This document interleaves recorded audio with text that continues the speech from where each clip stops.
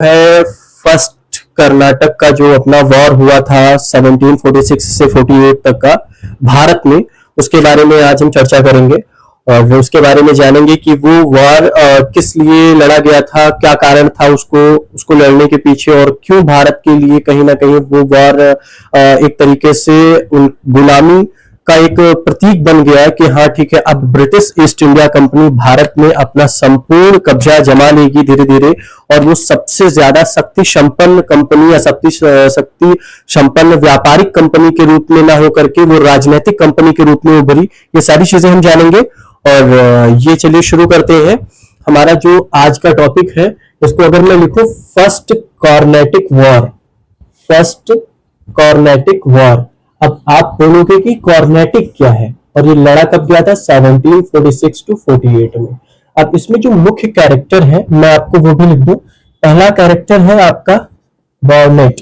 बॉर्नेट जो है वो कैरेक्टर कहीं कहीं पर आपको बॉर्नेटो भी मिल जाएगा, कहीं कहीं बॉर्नेट मिल जाएगा। आपको जो याद रखना है वो बॉर्नेट, उसका नाम है, रिलेट कर पाएंगे जब भी आपको पता चलेगा तो। और फिर उसके बाद में जो अगला कैरेक्टर है इसमें अगर हम कह दें तो डुप्ले। ये जो है ये चार कैरेक्टर हैं डुप्ले। और फिर उसके बाद में अगला इसके बाद जो कैरेक्टर है वो है बॉर्डोनो। बॉर्डोनो जो है ये कैरेक्टर है किसका। और फिर एक लास्ट में कैरेक्टर जो होता है वो अनवरुद्दीन। अनवरुद्दीन, ठीक है। ये चार कैरेक्टर हैं इसके। और ये कहानी शुरू होती है कुछ, ये दक्षिण भारत का एरिया है इंडिया का। और यहां पर आपका जो है वो साउथ अफ्रीका है, ठीक है। ये मैं इसलिए बना रहा हूं क्योंकि अभी इनकी आवश्यकता पड़ेगी। और यहां पर ये मॉरिशस एक देश है, ठीक। अब आपको ये कहानी कुछ इस तरीके से अपने माइंड में बिठानी है कि इससे तो क्वेश्चंस खैराल बनते ही बनते हैं, लेकिन जो ये कहानी है एक सिंपल सी कहानी है और इसमें बहुत कुछ भारी भरकम भाषा का उपयोग ना करके एक सिंपल सी भाषा में मैं आपको समझाने की कोशिश कर रहा हूं। और वो ये है कि जो इस टाइम भारत में फ्रांसीसी और ब्रिटिशर्स यानी अंग्रेज जिनको हम बोलते हैं, फ्रांसीसी वर्सेस अंग्रेज एक युद्ध जो है हम कह सकते हैं कि चल रहा होता है भारत में। और वो युद्ध कैसा है, वो युद्ध व्यापारिक तौर पर चल रहा है कि भाई आपको आपका क्षेत्र, अंग्रेजों ने आपका क्षेत्र कब्जा कर लिया, आपने अंग्रेजों का क्षेत्र कब्जा कर लिया। लेकिन ये कार्नेटिक वॉर यानी कर्नाटक के प्रथम युद्ध का कारण नहीं है। इनके युद्ध का कारण भारत में चल रहे व्यापारिक मतभेद है ही नहीं। ये जो इनके जो इस युद्ध का मुख्य कारण है वह कारण है यूरोप कॉन्टिनेंट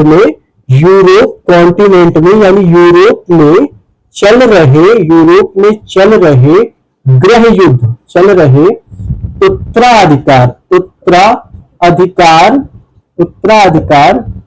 के लिए जो है गृह युद्ध के लिए उत्तराधिकार के लिए चल रहे उत्तराधिकार के लिए जो क्या कहते हैं ऑस्ट्रिया के उत्तराधिकार के लिए चल रहे युद्ध,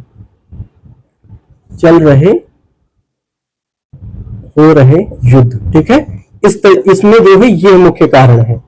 अब ये क्यों हुआ भारत में, भाई यूरोप में जो है वो चल रहा है, ठीक है। फ्रांसीसी और ब्रिटिशर्स कंपनियां जो है ब्रिटिश कंपनी आपस में लड़ रही है, तो भारत में उनको लड़ने मरने की क्या जरूरत है। और कर्नाटक अगर भारत में लड़े भी तो इसको यूरोप का युद्ध ना कह करके या इसको हम फ्रांस और क्या कहते हैं ब्रिटिशर्स के युद्ध को ना कह करके हमने कर्नाटक का युद्ध क्यों कहा। क्या ये कर्नाटक में लड़ा गया? तो अगर आज का कर्नाटक हम देखें तो आपका कर्नाटक का एरिया तो ये है, आज का जो कर्नाटक है आपका वो एरिया ये है। तो क्या यहां लड़ा गया? ये युद्ध जो है कर्नाटक का युद्ध इस जगह पर लड़ा गया?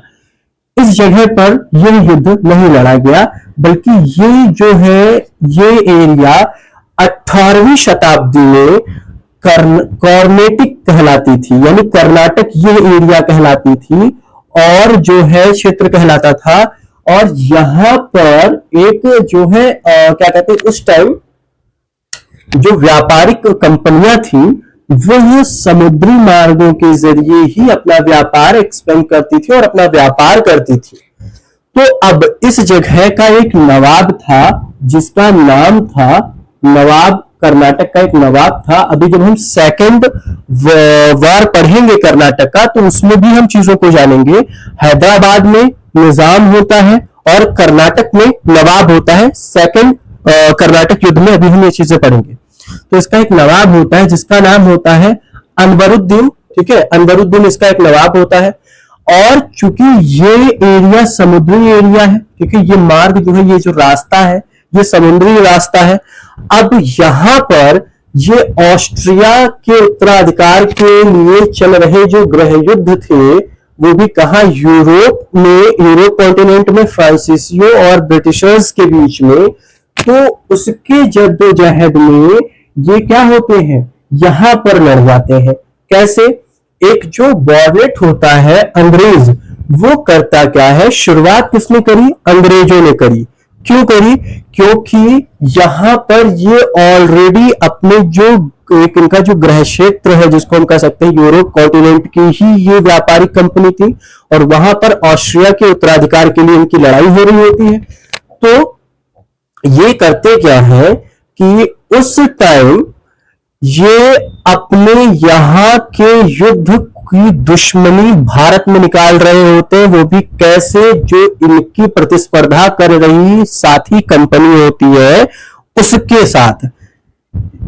जो फ्रांसीसी कंपनी है उसके जहाजी बेड़े को बॉर्नेट जो है वो कब्जा कर लेता है, अपना रोक लेता है अपनी सैन्य शक्ति के जरिए और कहता है कि इसको हम इधर से नहीं जाने देंगे, या उस पर अपना कब्जा जमा लेता है, या उनके लोगों को बंदी बना लेता है, जो कि लेखों से पता चल रहा है, जो कि किताबों से पता चल रहा है। अब क्या होता है कि ये भाई साहब यहाँ डुप्ले जो है गवर्नर होते हैं उस समय, जो फ्रांसीसियों की, यानी गवर्नर क्या, फ्रांसीसियों की जो फ्रांसीसी कंपनी की देखरेख के लिए जो व्यक्ति होता है उसका नाम होता है डुप्ले। हालांकि आप जब पढ़ोगे तो इसमें गवर्नर, फ्रांसीसियों के गवर्नर डुप्ले होते हैं।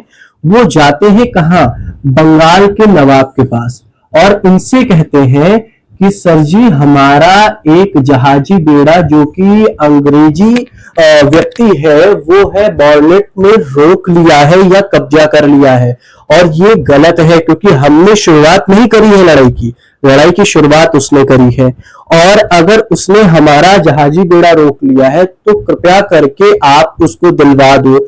लेकिन नवाब इसकी बात नहीं सुनता है। तो नवाब को ये काफी समय तक कन्विंस करने की कोशिश करता है, लेकिन जब नवाब इसकी बात नहीं सुनता है तो ये मदद भेजता है मॉरिशस में बैठे एक व्यक्ति जिसको हम बॉर्डोलो बोलते हैं, उस व्यक्ति को पास, चूंकि यह भी फ्रांसीसी ही होता है। और 1721 में फ्रांसीसियों का यहाँ पर जो है क्या कहते हैं कब्जा हो जाता है, और यहाँ पर जो फ्रांसीसी व्यक्ति होता है बॉर्डोलो, ये उसके पास मदद के लिए अपना एक क्या कहते हैं मदद करने के लिए गुहार लगाता है, और ये यहां से यहां ये पहुंचता है इसकी मदद करने के लिए। अब क्या होता है, आगे की कहानी ये है कि ये नवाब से कहते हैं कि आप मेरी मदद नहीं कर रहे हो, कोई बात नहीं। अच्छा, नवाब क्या कहता है? कहता है कि यार देखो, उस टाइम जो ब्रिटिश ईस्ट इंडिया कंपनी है वो भी अपने आप में बड़ी शक्तिशाली कंपनी होती है। नवाब साफ तौर पे इनकार कर देता है कि भैया हम नहीं पड़ने वाले तुम लोगों के आपसी लड़ाई में, आपसी झगड़े में हम नहीं पड़ने वाले, अपना खुद का निपटारा खुद से करो, हम नहीं जानते। तुम पता चले वो तुम्हारे जहाजों को रोक ले, तुम उनके जहाजों को रोक लो, और बीच में अगर हम हाथ रख दे तो हम पिस जाए, क्योंकि उसमें उस टाइम इनका भी कुछ फायदा होता था, ये भी थोड़ा सा कर वगैरह टैक्सेस वगैरह पा जाते थे। और चूंकि ये व्यापार करने के लिए आए तो कोई भी महाजन अपने छोटे व्यापारियों के बीच के झगड़े में क्यों पड़ेगा, क्योंकि उसका व्यापार ठप हो जाएगा, उसकी जो क्या कहते हैं इनकम के सोर्सेस है वो बंद हो जाएंगे। तो ये जो है मना कर देते हैं कर्नाटक के नवाब अनवरुद्दीन। अब ये डुप्ले कहता है कि ठीक है आपने मना कर दिया, कोई बात नहीं, आप मत पढ़िए। लेकिन जो उस टाइम सबसे प्रचलित एक शहर है मद्रास, वो बहुत ही प्रसिद्ध बस्ती होती है अंग्रेजों की, बहुत ही अच्छा व्यापारिक केंद्र माना जाता है अंग्रेजों का। कहता है कि आप मत पढ़िए, लेकिन हम इनकी इस चीज का बदला मद्रास को कब्जे में लेकर के जो है क्या कहते हैं पूरा करेंगे।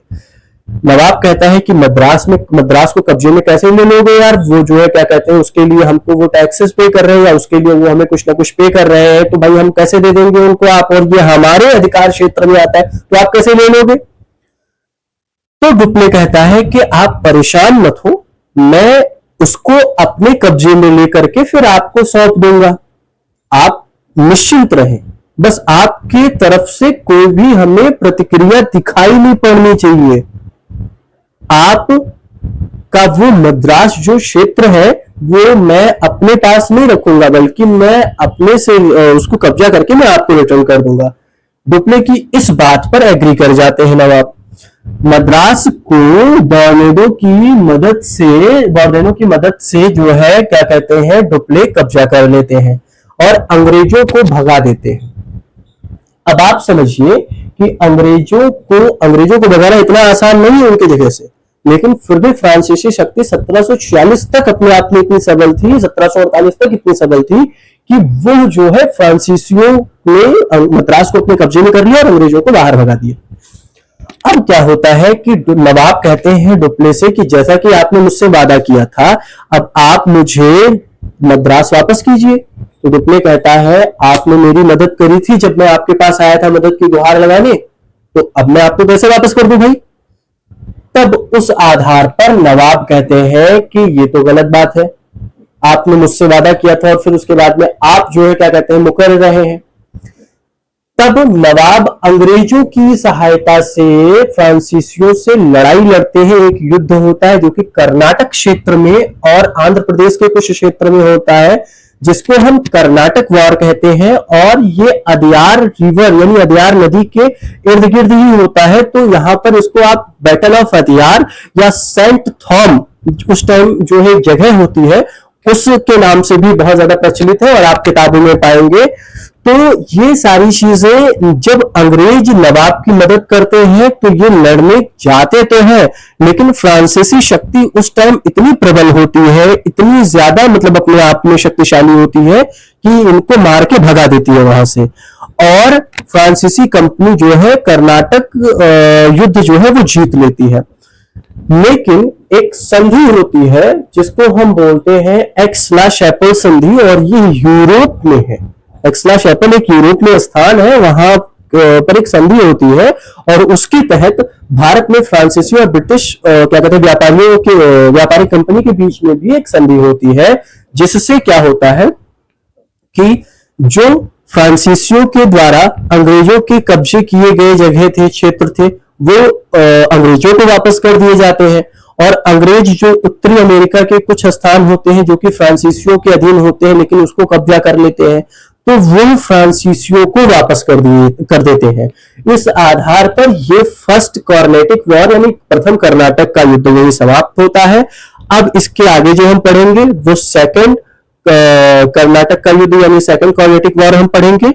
और आई होप आप लोगों को ये वीडियो अच्छी लगी होगी, समझ में आई होगी। इसको मैंने बड़े ही आसान भाषा में और एक कहानी के तरीके से समझाने की कोशिश की है। आई होप आप सबको ये अच्छा लगेगा। Thank you.